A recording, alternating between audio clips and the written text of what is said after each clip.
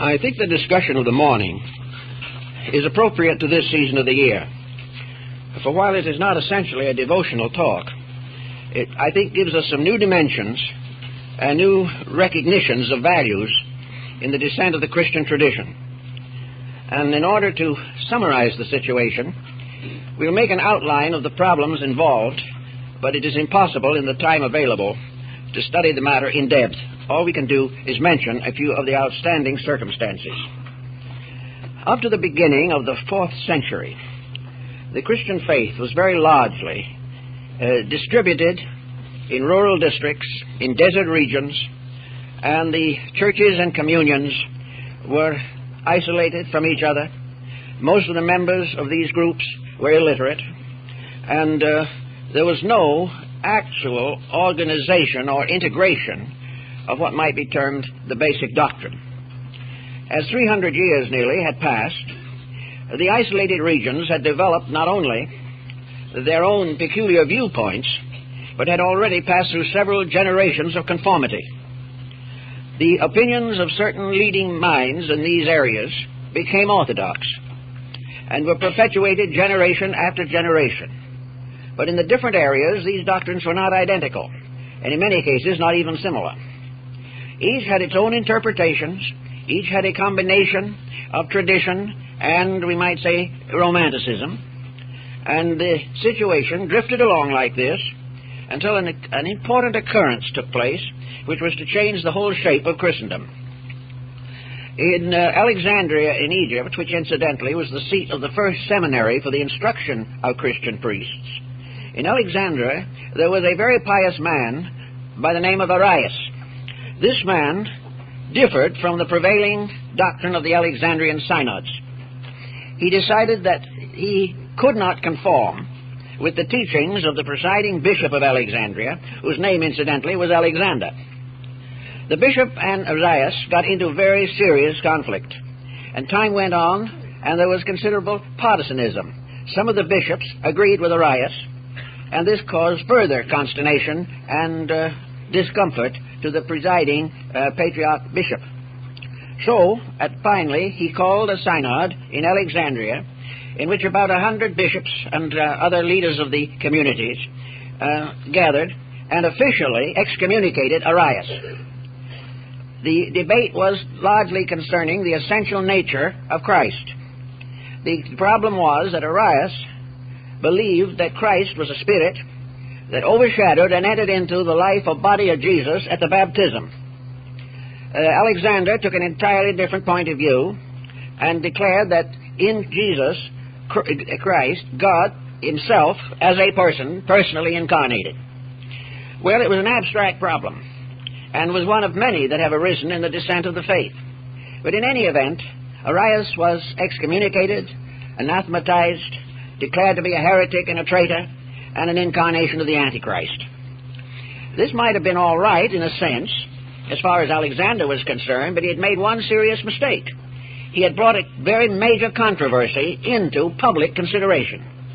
The story went all through the various Christian communities and seems to have inspired a series of other schismatic groups rising up with their own interpretations of these difficult subjects. Gradually, the Roman Empire became involved in a major dispute which threatened to break out into physical violence. In 313 A.D., the Roman Emperor, Constantine the Great, had issued an edict to protect the Christians. There was to be freedom of belief within his domains. This was all right until this particular problem arose, and it looked as though the Christian community was going to be involved in a civil war, persecution, and other difficulties. Constantine, therefore, sent messages to both Arius and Alexander, asking them to reconcile their differences. They refused. He tried in every way possible to use his royal authority, but this was totally rejected. So after due consideration, possibly with the assistance of his secretary, a Christian convert of Eusebius by name, he hit upon a plan. He was going to call the entire Christian world together in one great council to declare and decide upon what they all could agree upon. The result was the convening in 325 A.D. of the great Council of Nicaea. This council, which met in what is now a Turkish town, brought together about 600 bishops, presbyters, and their attendants and associates. Constantine entertained them all at his own expense, gave them living quarters and everything necessary, and appointed Eusebius as the secretary of the council. This seemingly was met with a certain amount of obedience, though not with too much enthusiasm, by most of the representatives of the various churches. Here we had these people, many of whom disagreed with each other, and before really they had settled down to consider anything, most of them had written private letters to the emperor, accusing one of the others of something. This was a little difficult, but the emperor was rather able to handle the situation with imperial dignity. He burned all the letters. Having disposed of this situation, he convened the council and addressed it in person. Now, it is probable that while most of those present had no interest in the emperor whatever, and did not care what he thought, there was one situation they couldn't entirely neglect. He had the power to be very difficult if they insisted on irritating him. So, finally, the council settled down. The principal recorder of the council was Eusebius, and, unfortunately, he had very little to say. Not very much is known as to the actual workings of this council.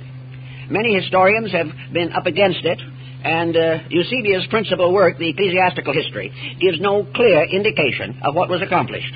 It is known, however, that the Congress met, that there were many debates and discussions, and some way, somehow, the problem of unifying the doctrines came into focus. Now we have to go back a little bit to another part of the situation. These old bishops and others who came to the council, some, by the way, passed on en route and never got there. They were the oldest people in their communities, and the most venerated, and in most cases, each one had a doctrine very largely his own. There was no New Testament at that time, but each of the little churches had some kind of a relic which they regarded as very sacred. In most instances, this relic was a book, or a part of one, or a few pages of one, or a few lines of one. It was never read. It was wrapped in cloth or silk or some precious substance, placed in an ark, and concealed in an opening in the altar. There it remained, generation after generation, worshipped but not read. Against this situation, there were a number of traveling priests and bishops who wandered up and down the countryside, visiting these small churches. These visitors brought with them the news of the great Christian community. They told about world affairs, they told about the various conditions of the churches, and they also recited some parts of Scripture, or some legend, or some story they had heard relating to the life of Christ and his apostles. In this same book of Eusebius, by the way, there are a number of appendices by other early Christian scholars, and one of them is quite interesting. It is a list of the 12 apostles and the 70 disciples of Jesus Christ. This list is all named, numbered, and where they came from. And we know that the 70 has always been very important. But it is not noticed, at first at least, that it occurs in the numbering of the apostles and disciples. In any event now, these various prelates in their little local communities brought with them, at the imperial request, these fragments of sacred writings which had belonged to them, or transcripts thereof. In some cases, it is believed that the message was brought orally by the representative, who may not have been able to make a transcript. But in any event, all of these ideas were put together. And then all of the various records, everything that was brought to Nicaea, relating to Gospels and to sacred writings, were put together to be considered for the compiling of a Bible. Now, this, again, is not clear in Eusebius. No one knows how this selection was made. But it was a rather arbitrary one, and certain works were included and certain works were excluded by apparently a system of voting. In any event, at the end of it, these sacred writings were divided into two stacks, those that were most generally accepted and voted as affirmatively divinely inspired, those of doubtful origin or rejected works, which were put to the other side. After the decisions had been made, and what we know now as the New Testament had been decided upon, the question is, what happened to the other books? This is a very moot question. Some feel that in all probability they were destroyed. Eusebius, however, does not say they were destroyed. It is quite possible that a number of the delegates went back to their own communities and continued to follow their earlier personal conclusions and convictions, and that the actual decision of the Nicene Council was not followed completely. Out of the Nicene Council, however, there came the first manuscript forms of the Bible. Probably the most famous of these is the Sinaiticus, which was found in the monastery on Mount Sinai. It was for some time the possession of the Russian government and was later purchased by the British Museum. This is not a complete version. Parts are missing because the monks had already begun to throw away the old vellum as waste paper. But most of it was saved, and it is probably one of the most valuable manuscripts in the world. In this we have the gradually integrating outline of the present form of the New Testament. It was in Greek, and the chances seem to be very good that the writing was actually done in Alexandria. Alexandria was the seat of the first, second, and third important leader of the Christian community, and also an area of scholarship where scribes and translators could be found to do the most difficult works with considerable skill. And now the question arises, what happened to the books that were not accepted? Were they rejected because, truly and obviously, they were not inspired? Were they rejected by uncertain votes? There is a report that some were partly accepted and partly rejected, and that in some instances those accepted only got in by one vote. But the fact remains, what happened to the ones that didn't get in at all? It has been believed that these have to be classified under two general headings. The first is the heading in which surviving works are known. About 30 of the Christian apocryphal and apocalyptical writings are extant. There are a number of fragments also that have been recently discovered. To add to these, perhaps the most important of all sources are the ones referred to by the early fathers prior to the Nicene Council, but never found. They are a number of quotations attributed to Christ and his apostles from Gospels that have never been rediscovered. It is not likely that the early church fathers fabricated these lines or these sections or these statements, but whatever happened, perhaps their sources were destroyed after the Council of Nicaea. In any event, there is probably a considerable group of sacred Christian writings that exist only as names and short quotations in the writings of other church fathers. Some were particularly well informed in this particular area and quoted many writers whom we do not know today. The next problem would be to try to determine the fate of those which did survive in some way. And here we have what we call the Christian Apocrypha. At the present time, approximately 30 books are known, in addition to the more complete scriptures, which in the early printed editions did include some of the books now regarded as dubious. There is also an Old Testament Apocrypha, which we won't be able to touch on today, but part of it, especially the book of Maccabees, was continued in the Old Testament beyond the time of the King James Version. Luther rejected the Apocalypse of John completely, and there's been controversy over many of these books. Actually, in addition to the Apocrypha as we know, there are a number of volumes, and some of the early fathers included among the Christian documents the writings of Valentinus and Basilides, the Gnostics of Alexandria. They were quite justified in doing so, and the recent discovery of the Gnostic Library proves that as early as the 4th century, which is the time under consideration, these Gnostic books had many references to the life of Christ, to the ministry, and in the case of the Pistis Sophia, which is certainly of the 3rd to 4th century, there is a detailed section devoted to the instruction given by Jesus to Mary of Magdala. Therefore, many of the Gnostic writings, both the Christian Gnosis and the Jewish Gnosis, do overlap and do definitely have references to the life of Jesus and his teachings. Those that have survived to us under more or less special headings, for the most part, have been decided to be of an optimistic nature by church historians in general. Most of the apocryphal lives of Jesus gave strong emphasis to his childhood, which is comparatively weak in the gospel versions. They also indicate that as a small child he performed numerous miracles, of which one, of course, was the creation of clay pigeons which came to life and flew, and several other similar episodes. Also, it is apparent from these early writings that there is no overshadowing of tragedy in most of them.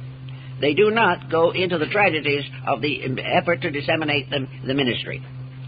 Among the most interesting probabilities in connection with the apocryphal writing is to consider whether they formed a tone or an underlying quality which the Orthodox theologians were afraid of. And this is perhaps best noted in the Gospel of Nicodemus, which is very interesting and does include the death of Jesus and the descent into the underworld and the harrowing of hell, in which he went down. And the discussions between the evil spirits of hell and the Messiah are very curious. But one of the most interesting is that the spirits of evil, speaking of sinners in their domains after death, said that they would be punished until it was time for them to be reborn again into the material world.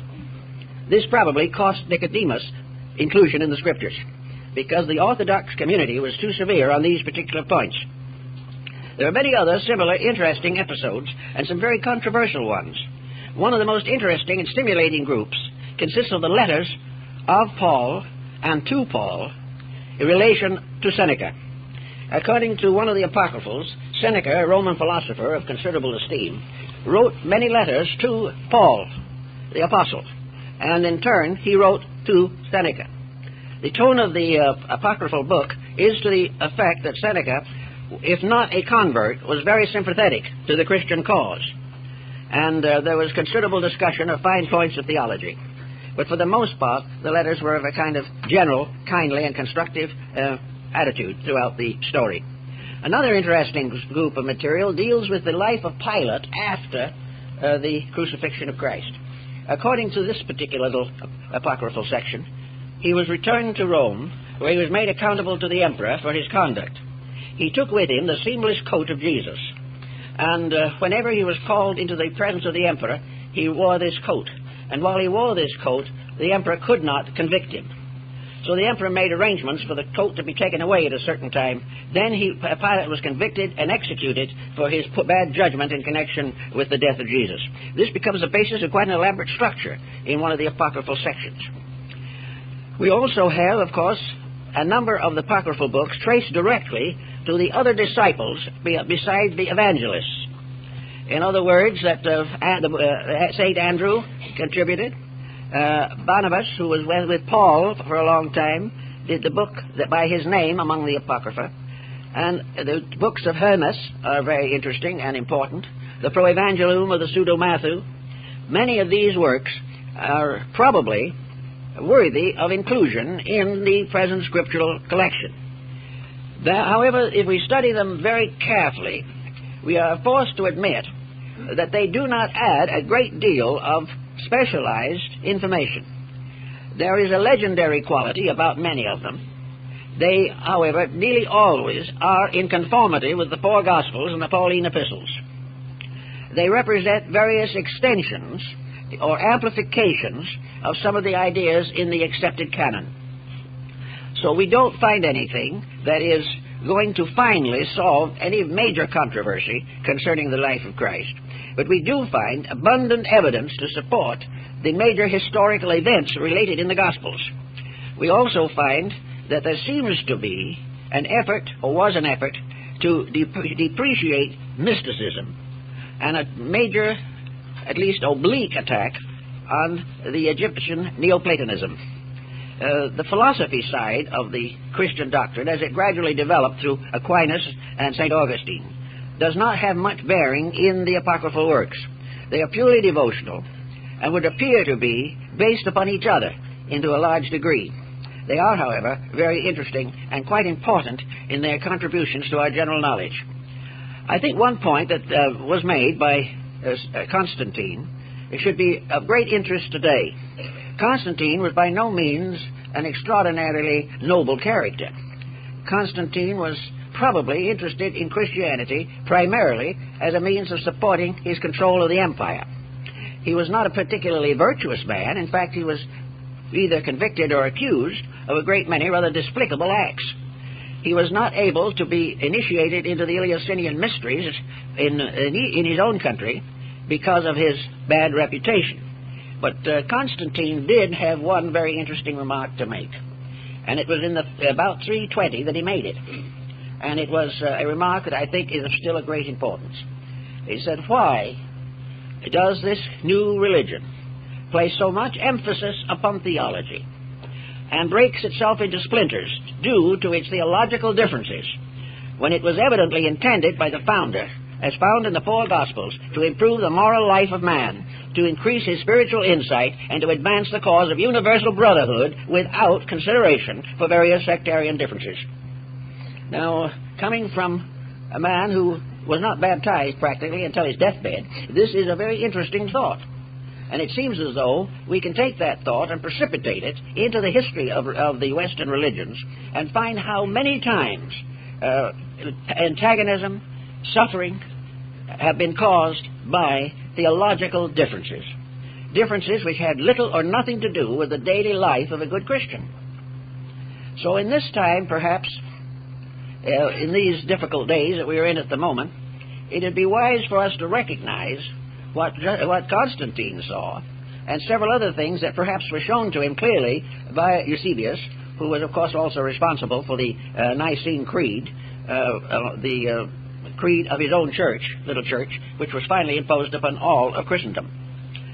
According to Constantine, the unity of a religious group, the unity of religion within an empire or a country is essential. The presence of a religion in a country is absolutely necessary. Now, regardless of how we may view him, he was a practical man. He said, when religion is debased, the government of a nation becomes impossible. That as long as people are divided concerning their belief in God, they are also going to be divided in everything else. Now, these thoughts probably come essentially from Eusebius, who was the mouth for Constantine on his religious matters. But Constantine agreed with them, justified them, and promulgated them, and insisted upon them. He could look back upon the Roman period in which Christians were thrown to the lions in the arena. He had already, long before this, declared religious tolerance throughout the empire. Now he saw that this religious tolerance was permitting individuals to variously distort religion to the advancement of their own conclusions. Constantine, not being a philosopher, not being essentially a mystic, probably had very little insight into the deeper and more subtle values of spiritual conviction. But he did see the effect of various religious mistakes upon the secular life of humanity. And those who came after him recognized his importance in the great council which he convened, but have paid very little attention to his thoughts about what religion was to be in the life of mankind. It's all summed up in his one major overthought. They needed Christianity in the Roman Empire to hold it together, and all the rest was an expansion of this concept. Now, it was also true that there had already been a considerable amount of conflict, misery, and suffering caused by religious differences within the boundaries of the empire. So what Constantine was anxious to have accomplished was that there be a uniformity of belief, that the Christians were to get together and decide what they believed for once and for all, and having decided it, lived it. This was the important consideration. So the Nicene Council had its part to play, but at the best as we know it from the records of this, which are, I say, very meager, there is very little indication that the various delegates went back and fulfilled the expectations or hopes of Constantine. They went back to nurse their wounds and bruises, and had a position very similar to that of a politician today who finds that his constituency no longer agrees with him. They were in this kind of a situation. For 250 years, some of these little churches had followed their own beliefs.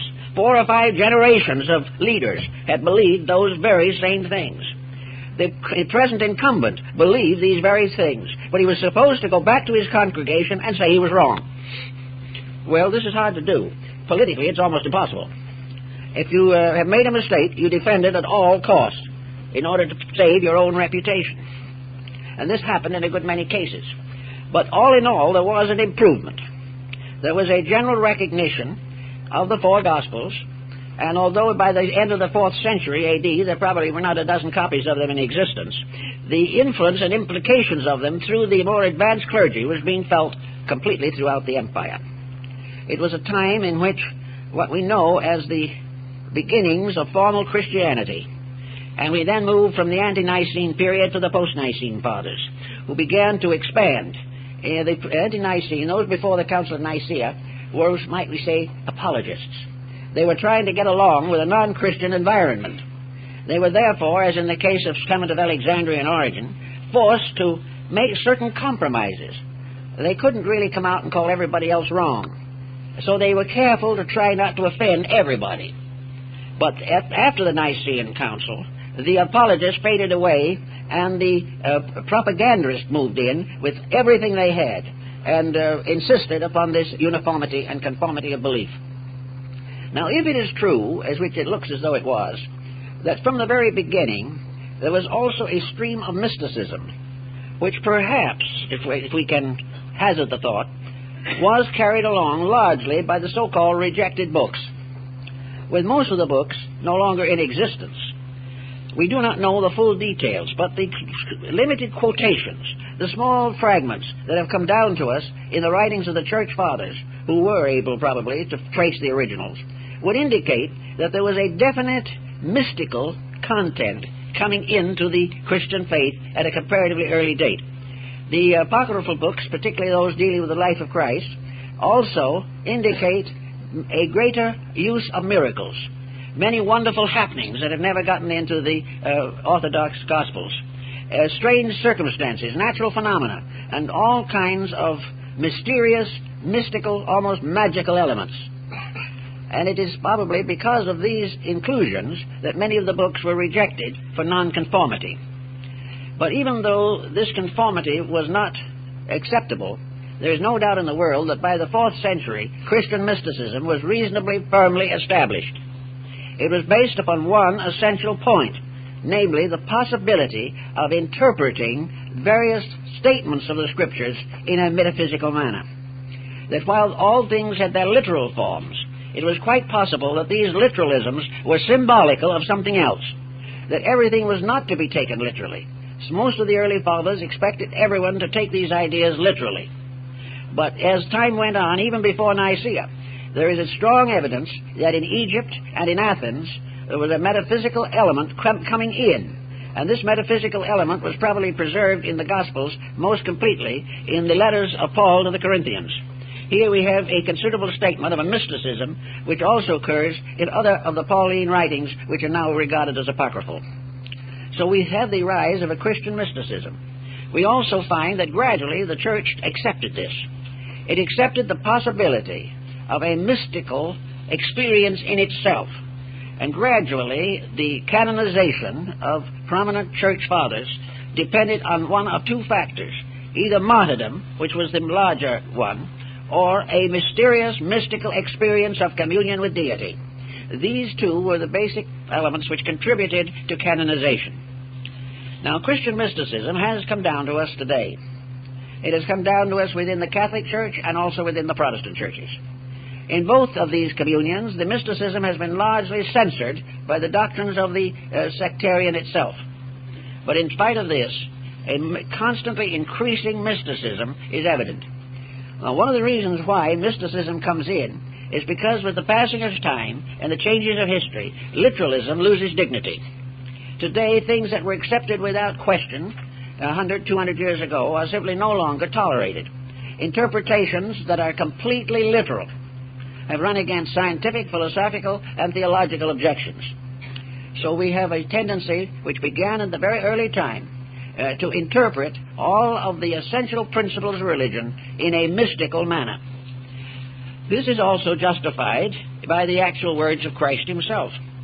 For he tells on one occasion that if they destroy the temple, he will rebuild it in 3 days. And someone said he means the temple of his own body. And this is an example of the departure from a literalism to an idealism that was compatible with the gradual advancement and unfoldment of human understanding. We also find that throughout the apocryphal books there are to be found a number of apocalyptical experiences. of beings lifted up into communion with deity.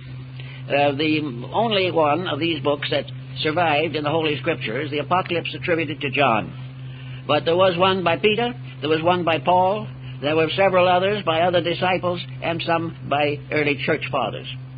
These experiences seem to be an effort to recognize the spirituality of the universe. In the days of the Egyptians and the Greeks, the idea of a physical universe with nothing but a physical foundation was unthinkable.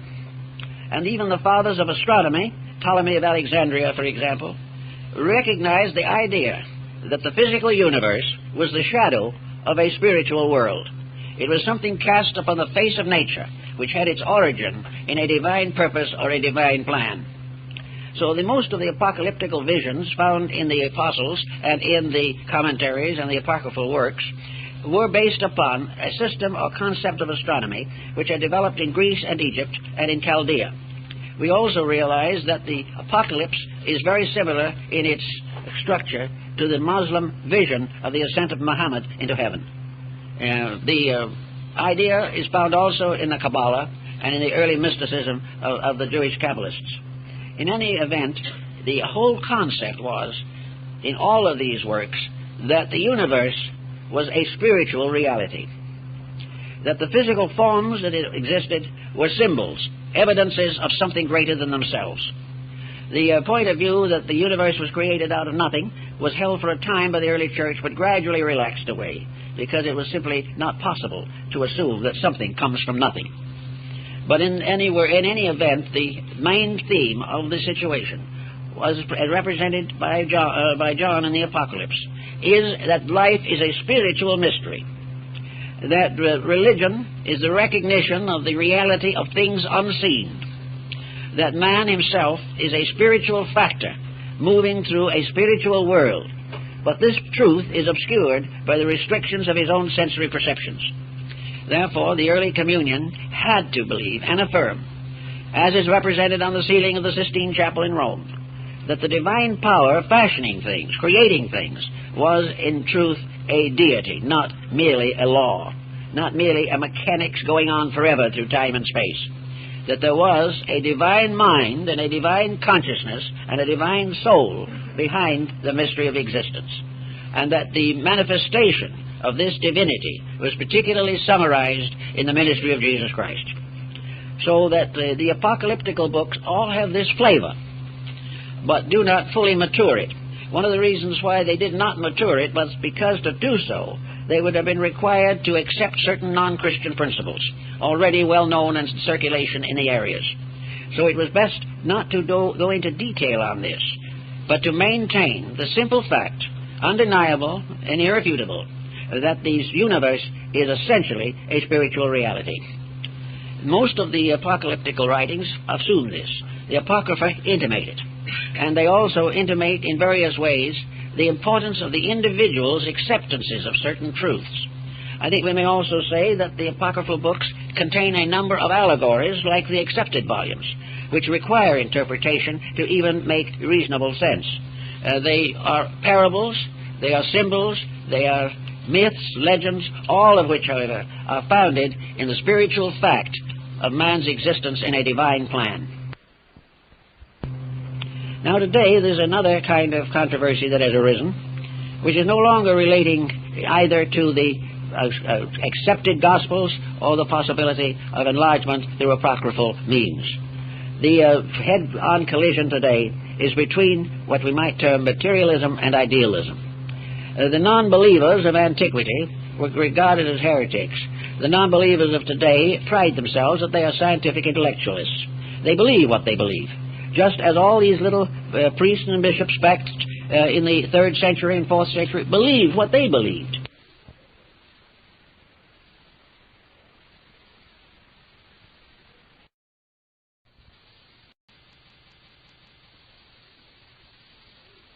Non-believers of antiquity were regarded as heretics.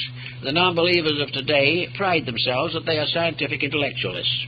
They believe what they believe, just as all these little priests and bishops back in the 3rd century and 4th century believed what they believed. It is a series of believings and the Apocalypse of John and the apocryphal writings together both challenge these acceptances of things in common circulation, but without any foundation in essential realities.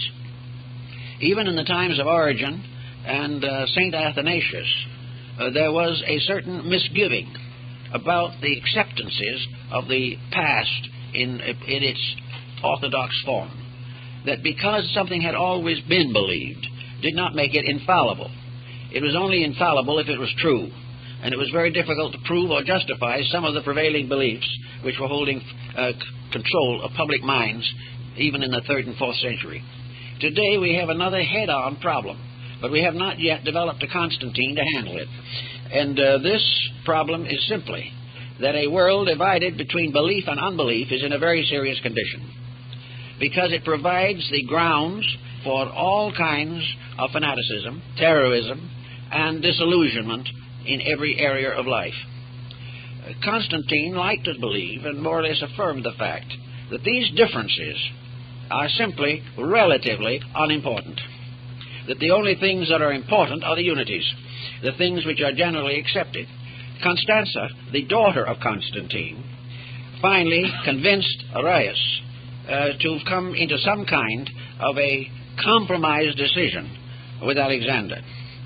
And perhaps it was her charm, or perhaps it was her piety, for she was a Christian, that finally an arrangement of arbitration was achieved. But in this arbitration it was never consummated, because Arius died in Constantinople while on his way to be restored to his official dignities.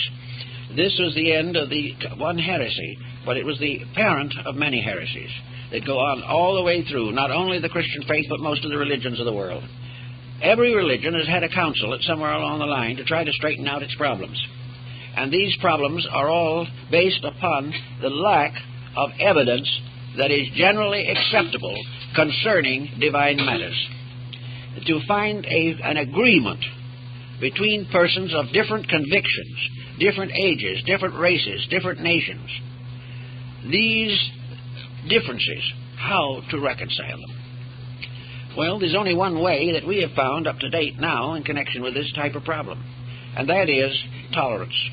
The individual must recognize the rights of other people to believe according to their own beliefs. It is also very much more important to challenge the individual on the level of conduct, because there he can prove or disprove the integrity of his convictions. He may believe what he pleases, but his religion is revealed by what he does in action. And there can be no doubt that on this ground a compatibility is possible. If we judge a person by his merits alone, we can then have some confidence in his creed. The American Indian took this attitude completely. He never questioned the religion of a stranger. All he did was watch.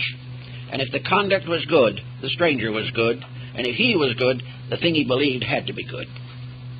So that in this way, a lot of controversy was eliminated. Again, today we have the same problem that the Nicene Fathers faced, and namely that there are a large number of schismatic fragments of all the religions that break away on some point of difference. Constantine thought most of these points of difference were rather unrealistic, and that others would not be solvable by the human mind, that some things had to be accepted by faith, and by faith alone. And that if faith was strong, the individual was strengthened. If his faith was weakened, his morality collapses.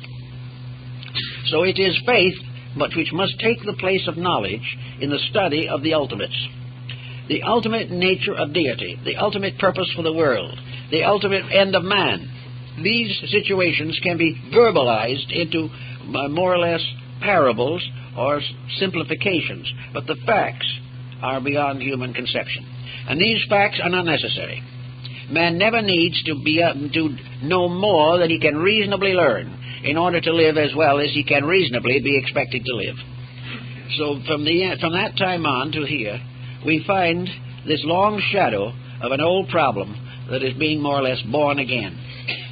This year, the world has many people with good ideals, with high hopes and severe and conscientious principles. And yet the great bodies of mankind, both religious and secular, have not been properly reconciled. Unless they are reconciled, they cannot lead the way to a world peace or a universal enlightenment. Education has certain advantages over theology because it deals mostly with things which can be demonstrated up to a certain point. And education generally quietly neglects or denies that which it cannot reach. But today, the struggle between materialism and idealism, it goes on because of the failure of human beings to sit down together and attempt the reconciliation of their differences. Perhaps the nearest thing we have today to the Council of Nicaea is the United Nations organization. And the delegates thereto are very much like the bishops of the 4th century. And most of them are writing letters criticizing each other. But the fact, man, is true that something must be done to reconcile the common differences of mankind. And among these differences there is a violence.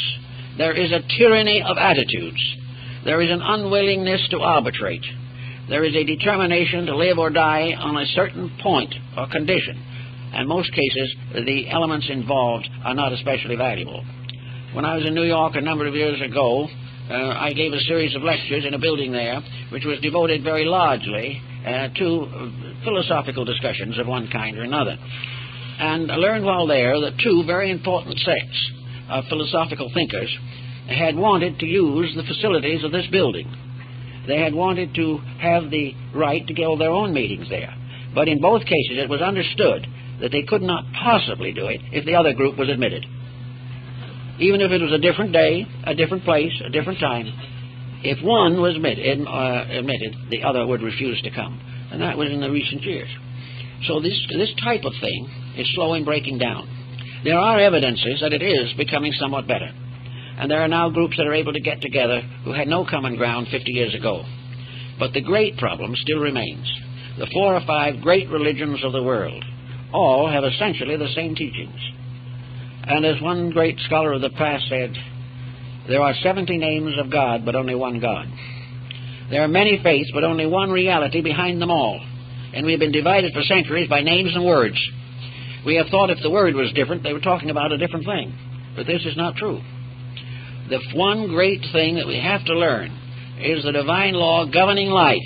And we have to learn to get together and serve that law together and in cooperative relationships. World Fellowships of Faith, I attended the World Congress of Religions and many other groups trying to work out these problems. They have strong support from minority groups, from those who are not prejudiced, but the rest are in the same bad spot as that which confronted Constantine in 325 AD. The situation must be clarified. We cannot permit this difference of opinion. We cannot permit any unreasonable, unfair condemnation of an individual on a principle which does not involve ethics or morality or integrity. Integrity we may demand. Ethics we may hope for.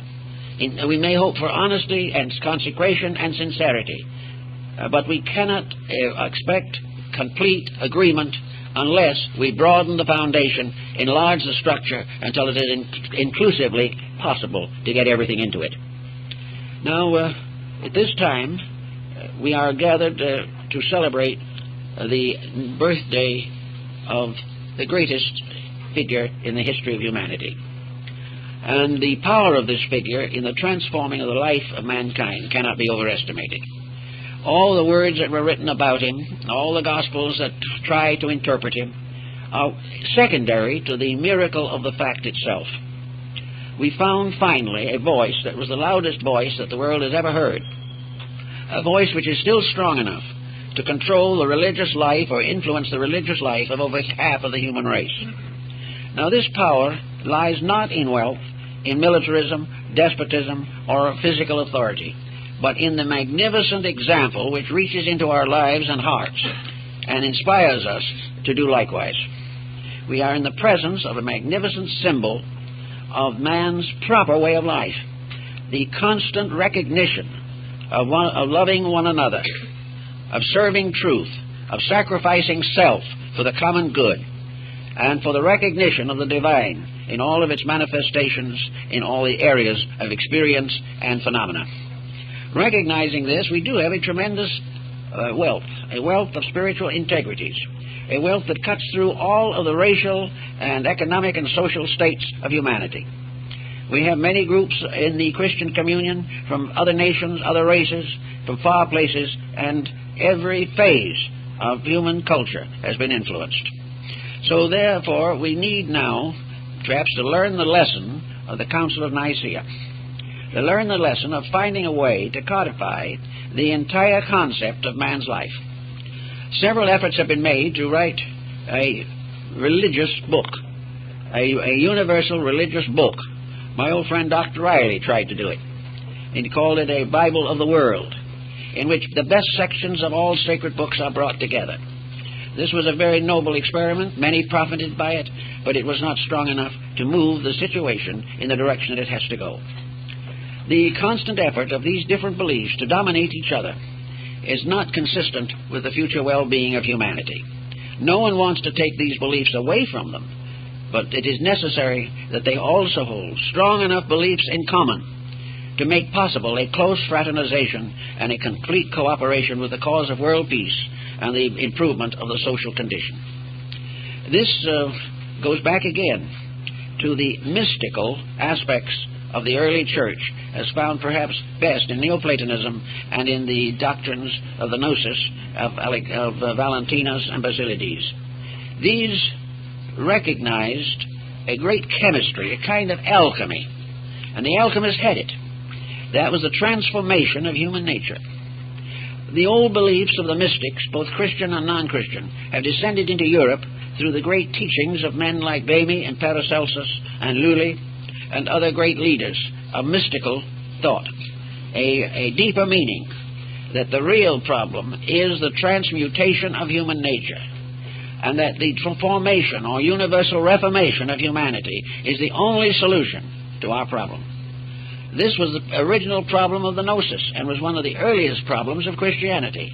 The early church fathers believed firmly that the heavenly world would come to earth, that in due time and in due course there would be but one world, one humanity, living together in peace under one God. This dream still has validity. It is still something that we have to fight for or work for or struggle to attain. And unfortunately, up to the present time, it's been a very difficult path. Actually, however, there is progress, and the consideration of further details concerning early Christian history will have quite a bearing upon the future, because as we go back to the original revelation and get away from the interpretations, we find a more solid substance upon which to build a unity. Interpretations of all kinds can grow up around an idea, but these interpretations are very conflicting and often contradictory. So if they can be eliminated and we go back to the idea in its own nature, in its own substance, in its own essence, we may find the common ground we need. We have to strip off centuries of interpretation to rescue the dream that was in the heart of the Christian religion. We are doing it in slow degrees, but it is coming. And when the time comes for it to really play its vital role in the reorganization of human society, it is only reasonable to hope that it will unite with all other faiths in the common purpose for which they all stand, and will not hesitate simply because another faith has a different name. That we will no longer consider the heretics and the non-believers. We will rather recognize that these are terms in our own minds, but that everywhere, from the beginning of time, religion has had one purpose, and that purpose was the improvement of the inner life of man. This is the thing that is most important. This is the emphasis that Paul made, both in his accepted epistles and those which are in the Apocrypha. That the great problem of all time and all things is that we all come together in the realization of the brotherhood of man and the fatherhood of God. Until this experience comes, we are not religious. The Gnostic Christians and some of the others had a mystical baptism, which is implied in some of the apocryphal writings, but not clearly set forth. In this mystical baptism, the individual simply stripped off all of the garments of his believing and went back to the source. That he was to start as a little babe again. For while he might be a grown person in body, he was a little child so long as his inner life was not strong enough to sustain him. The purpose of the child is to grow into an adult in whom the power of self-determination is sufficient to guide life. It is only the individual who can guide his own life in the way it should go whom has any right to be regarded as mature or grown up in his concepts. So the ancient rites often reduce the person again to a kind of second child, as is the words of Jesus, that the kingdom of heaven is the kingdom of little children, and that these little children, growing up in the faith, growing up in idealism, growing up in integrities, would ultimately become mature, and in their maturity would work together with all of their kind for the preservation of humanity and the safety of those little children who had not yet grown up. Thus, the purpose of the entire situation still is what it was in the beginning, to answer a primary question, namely, is there a power of infinite good at the source of life? Is there a law that determines all action? Are there realities that cannot be denied? Are there laws governing personal conduct that cannot be violated without tragedy? And are these laws the representations of the consciousness of the creating power? Are we therefore living in a universe in which there is a lawgiver, and we are expected to obey that lawgiver? This is against the concept that is held by some, that we are in a universe of accidents and incidents, that there is no rule governing anything, that the individual while he is alive, and when he dies he's dead, and that's all there is to it. This type of belief has made possible most of the miseries of the human race, and the idea that we must cling desperately to it, regardless of anything, is very much shadowed out again in the great argument between Arius and Alexander. Neither one would give a bit to the other. Neither one would admit that there could be anything wrong with his own interpretation of realities. As a result of that, the world has been locked, more or less, in a religious, scientific, philosophical, industrial, economic conflict for thousands of years. The answer seems to be that everything that happens points towards what is necessary. It points to solution, and the individual very often simply glosses over it very quickly for fear he might be tempted to solve something. He wants to go on as he is. This condition goes through all departments of life, economic, social, cultural.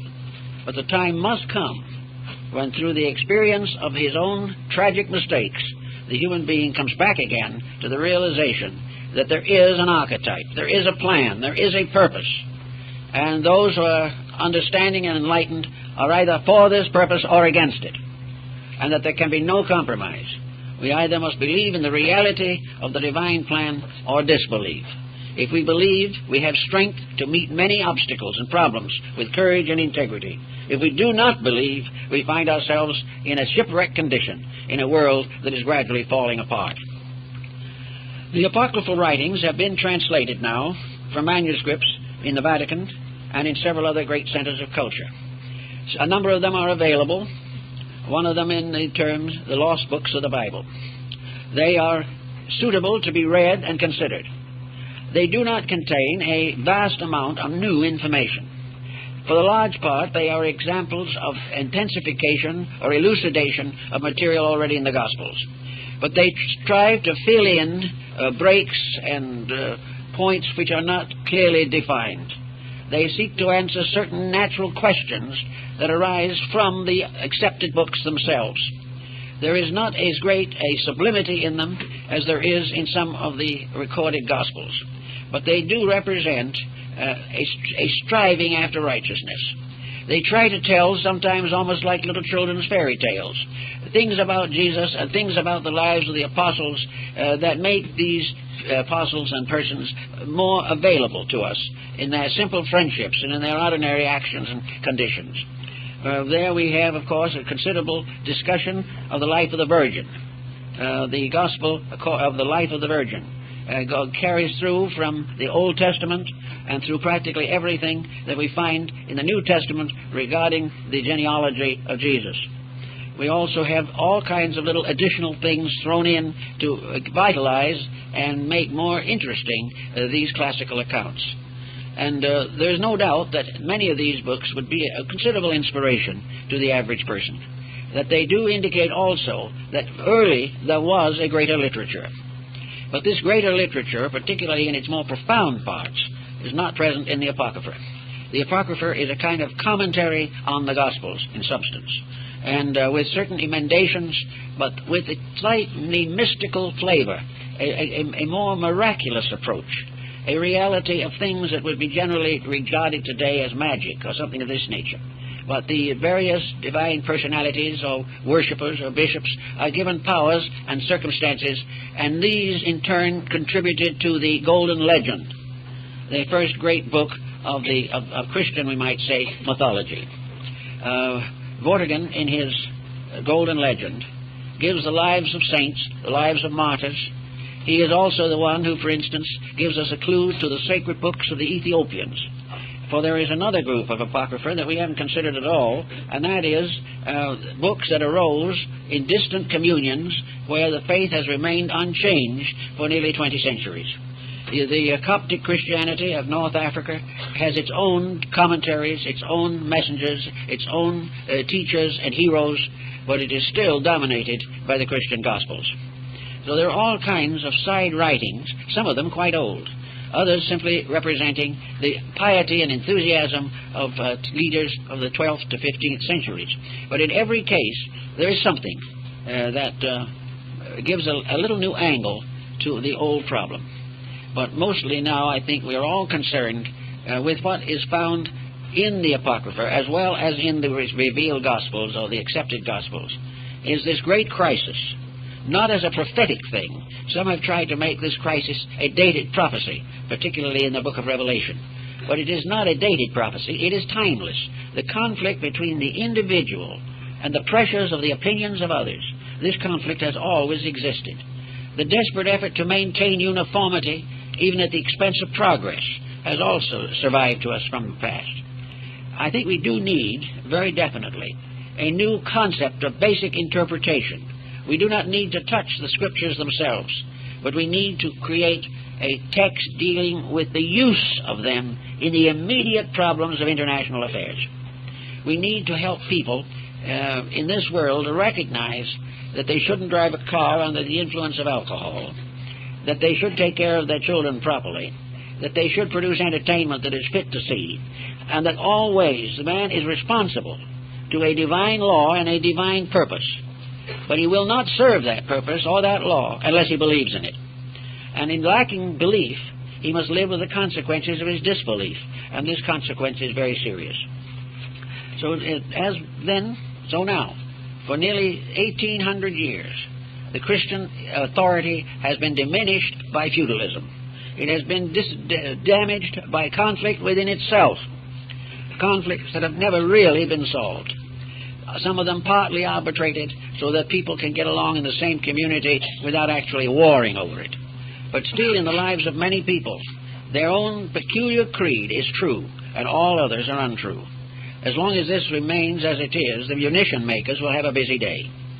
As long as we permit differences in our personal convictions to destroy friendships, break up homes, and damage characters, we cannot blame others for the difficulties that follow. We are now very much in need of what Constantine recognized so long ago. We need of getting together all of those of good spirit and letting their power be available to that more legitimate leadership, which might in turn finally solve the present problem. In other words, if the leaders believe in the people and the people believe in their leaders, things will go better. But the only way this can be accomplished is if the people and the leaders both believe in principles and believe in the integrities and values of life upon which civilization must stand. So now we have another Christmas season coming to us out of the past, an opportunity to restate in our own lives values which inwardly we know to be true, but we have never allowed them to really interfere with doing as we please. The time has come, I think, to think of Christmas more as a rededication, a recognition of an eternal value, a value which we can reject and perish or accept and live. That the teachings that are essential were not essentially given to the world by only one teacher. Honesty is a world conviction. Kindness is a world conviction.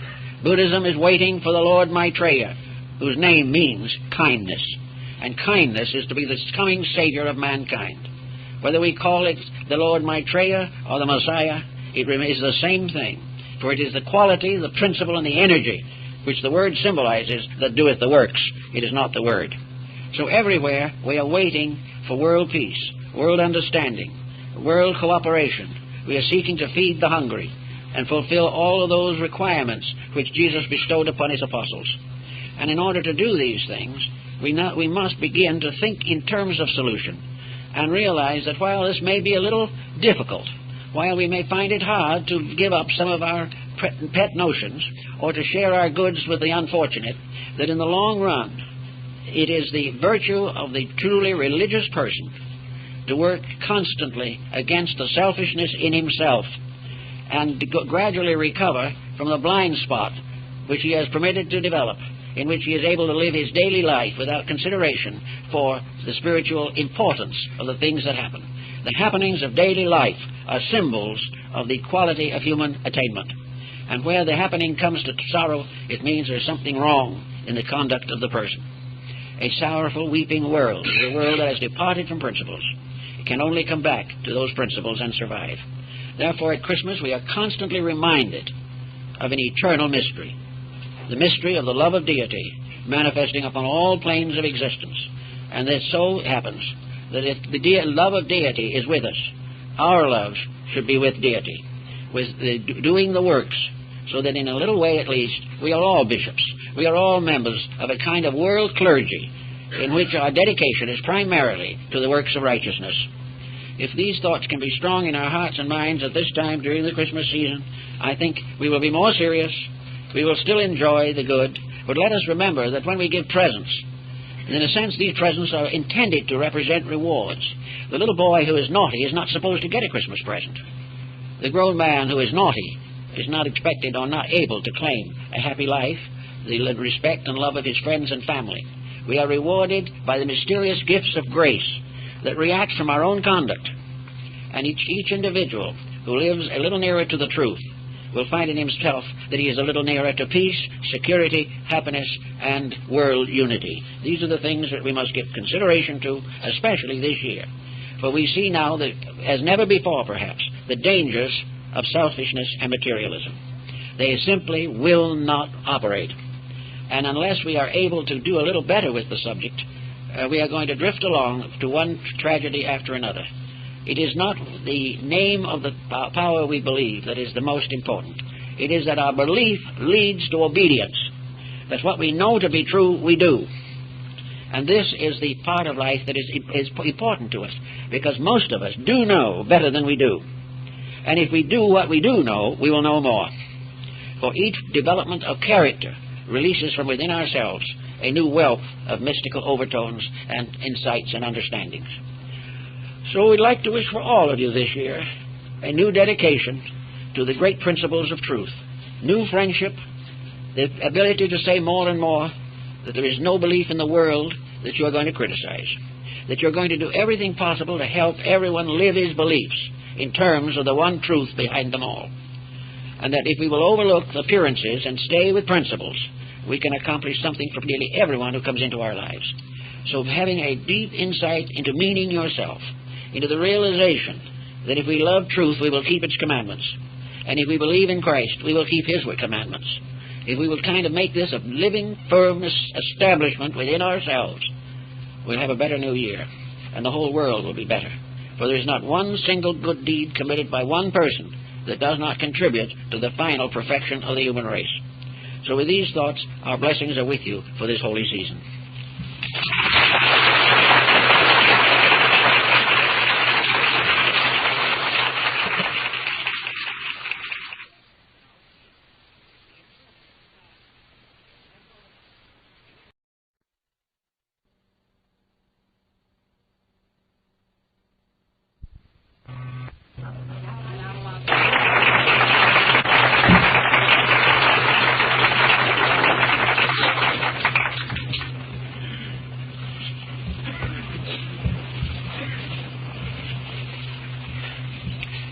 I think the discussion of the morning is appropriate to this season of the year. For while it is not essentially a devotional talk, it, I think, gives us some new dimensions and new recognitions of values in the descent of the Christian tradition. And in order to summarize the situation, we'll make an outline of the problems involved, but it is impossible in the time available to study the matter in depth. All we can do is mention a few of the outstanding circumstances. Up to the beginning of the 4th century, the Christian faith was very largely distributed in rural districts, in desert regions, and the churches and communions were isolated from each other. Most of the members of these groups were illiterate, and there was no actual organization or integration of what might be termed the basic doctrine. As 300 years nearly had passed, the isolated regions had developed not only their own peculiar viewpoints, but had already passed through several generations of conformity. The opinions of certain leading minds in these areas became orthodox and were perpetuated generation after generation. But in the different areas, these doctrines were not identical, and in many cases not even similar. Each had its own interpretations, each had a combination of tradition and, we might say, romanticism, and the situation drifted along like this until an important occurrence took place, which was to change the whole shape of Christendom. In Alexandria in Egypt, which incidentally was the seat of the first seminary for the instruction of Christian priests, in Alexandria there was a very pious man by the name of Arius. This man differed from the prevailing doctrine of the Alexandrian synods. He decided that he could not conform with the teachings of the presiding bishop of Alexandria, whose name, incidentally, was Alexander. The bishop and Arius got into very serious conflict, and time went on, and there was considerable partisanism. Some of the bishops agreed with Arius, and this caused further consternation and discomfort to the presiding patriarch bishop. So, finally, he called a synod in Alexandria, in which about 100 bishops and other leaders of the communities gathered and officially excommunicated Arius. The debate was largely concerning the essential nature of Christ. The problem was that Arius believed that Christ was a spirit that overshadowed and entered into the life or body of Jesus at the baptism. Alexander took an entirely different point of view and declared that in Jesus Christ, God himself, as a person, personally incarnated. Well, it was an abstract problem, and was one of many that have arisen in the descent of the faith. But in any event, Arius was excommunicated, anathematized, declared to be a heretic and a traitor, and an incarnation of the Antichrist. This might have been all right in a sense, as far as Alexander was concerned, but he had made one serious mistake. He had brought a very major controversy into public consideration. The story went all through the various Christian communities and seems to have inspired a series of other schismatic groups rising up with their own interpretations of these difficult subjects. Gradually, the Roman Empire became involved in a major dispute which threatened to break out into physical violence. In 313 A.D., the Roman Emperor, Constantine the Great, had issued an edict to protect the Christians. There was to be freedom of belief within his domains. This was all right until this particular problem arose, and it looked as though the Christian community was going to be involved in a civil war, persecution, and other difficulties. Constantine, therefore, sent messages to both Arius and Alexander, asking them to reconcile their differences. They refused. He tried in every way possible to use his royal authority, but this was totally rejected. So after due consideration, possibly with the assistance of his secretary, a Christian convert of Eusebius by name, he hit upon a plan. He was going to call the entire Christian world together in one great council to declare and decide upon what they all could agree upon. The result was the convening in 325 A.D. of the great Council of Nicaea. This council, which met in what is now a Turkish town, brought together about 600 bishops, presbyters, and their attendants and associates. Constantine entertained them all at his own expense, gave them living quarters and everything necessary, and appointed Eusebius as the secretary of the council. This seemingly was met with a certain amount of obedience, though not with too much enthusiasm, by most of the representatives of the various churches. Here we had these people, many of whom disagreed with each other, and before really they had settled down to consider anything, most of them had written private letters to the emperor, accusing one of the others of something. This was a little difficult, but the emperor was rather able to handle the situation with imperial dignity. He burned all the letters. Having disposed of this situation, he convened the council and addressed it in person. Now, it is